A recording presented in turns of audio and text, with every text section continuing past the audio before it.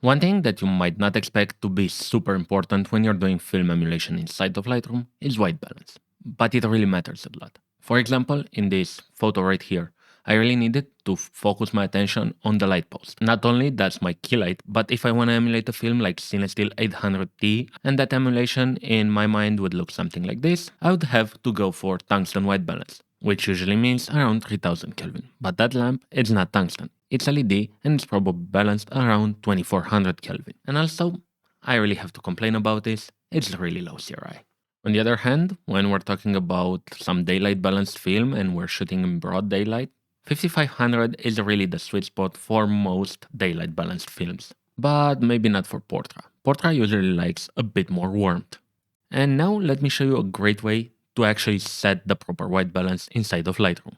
Instead of using the eyedropper, I like to boost both vibrance and saturation to 100%, and then I can just look at my photo and see where the delimitation between the warmth and the cold area of the photos are.